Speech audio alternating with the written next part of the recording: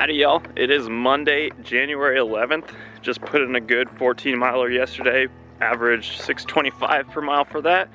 And this morning, I just finished up a little while ago a 4-mile easy run, and I love doing that just to start off the week. Didn't even time it or anything, just got out, shake the legs out a little bit and feel good doing it. So this is just going to be a bit of a walk and talk video to introduce a new series. So let me rewind quite a bit to set the backdrop for this video and talk a little bit about the history of this channel. So it was actually almost 4 years ago today when I started recording my first video ever on this YouTube channel, which was me trying to run 125 miles in a week and then failing. And then not too long after that, I started my first series ever, which was me trying to break 15 minutes in the 5K officially, because I had already done it. I'd run 14:53 in a time trial, but I just always felt some pressure when I'd be running it in an actual race and everything, and I wanted to do it officially. So it was kind of a low-key series. I was like under 100 subscribers easily at that time, and just recorded a few videos here and there of specific workouts that I was doing to prepare myself to run under 15.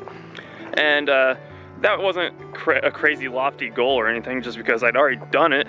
But like I said, there was just that extra pressure of doing it in a real race. So, but it ended up being pretty successful. Just recorded a few different workout videos.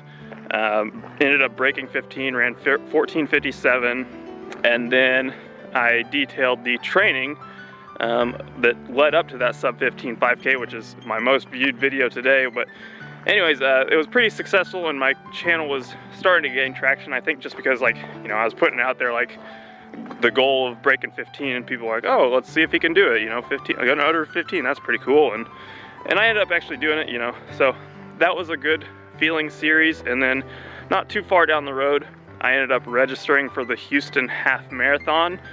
And at that time when I registered, it was probably still 6 or 7 months away. But then when I got to about 10 weeks out from the half marathon, I plotted out 10 weeks of specific training for the half marathon, and that series went pretty much flawlessly. Like, the only hiccup in there was getting a little bit sick for a couple days and having to omit a workout and switch some things around. But other than that, like, everything about that series was perfect. I was training for a race that I'd never raced before, never specifically learned about the training for it and everything, just kind of used my own ideas and my current knowledge in training to set up a plan that I thought would work, set up a goal that was, I thought was pretty ambitious, under 108 in the half marathon.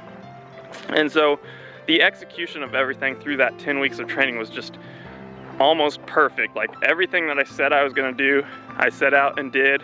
And then I ended up even shattering that goal that I already thought was lofty, and instead of just running under 108, I ran under 107 by a little bit and ran 106.55. And that's when my YouTube channel started gaining a lot of traction, and for good reason, I guess, because, like, I don't know, to this day I'm still amazed at how I was able to pull that off.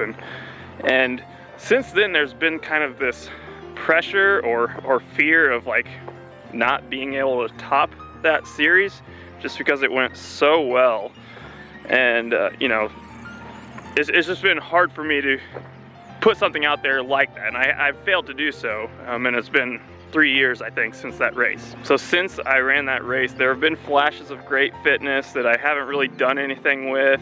I've tried to start a series here and there, and several of them have failed for whatever reason, and I just kind of got too caught up in the fear of failing another series, and I've just been hesitant to put things out there in words and hold myself accountable and everything, say this is what I'm shooting for. So it was more like, just, hey, if I get really fit and run a good race, like, it'll be a nice surprise for everybody and everything. And I think that mindset has really held me back a little bit, and as well as the mindset of, like, not wanting to put a goal out there that isn't PRing or something like that. Like, right now, I had a big setback last fall, more motivation wise than injury wise, and now I've just kind of reached a point where I'm not starting from scratch, of course, but I want to just go back to the basics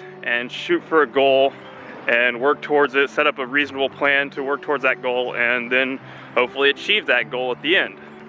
So here's the plan with this series. 6 weeks from yesterday is Sunday, February 21st, and on that day, I want to run a 5K time trial. My goal for that time trial is to run under 15:30, which is not flashy or impressive in any way because I've run under 15:30 I don't know how many times in college and post-college and everything. Obviously it's not close to my PR or anything, but I've put myself in a little bit of a hole, and I want to dig myself out of that a little bit and set myself up for hopefully what will be a great outdoor track season. But anyways, I've set up 6 weeks of training that, again, there's nothing flashy about it. It's just good, solid, basic work where hopefully I'm not biting off more than I can chew with any major workouts, with any crazy long runs, no crazy mileage or anything, just putting in good solid work, developing some consistency and fitness. So the next video in this Back to the Basics series is going to be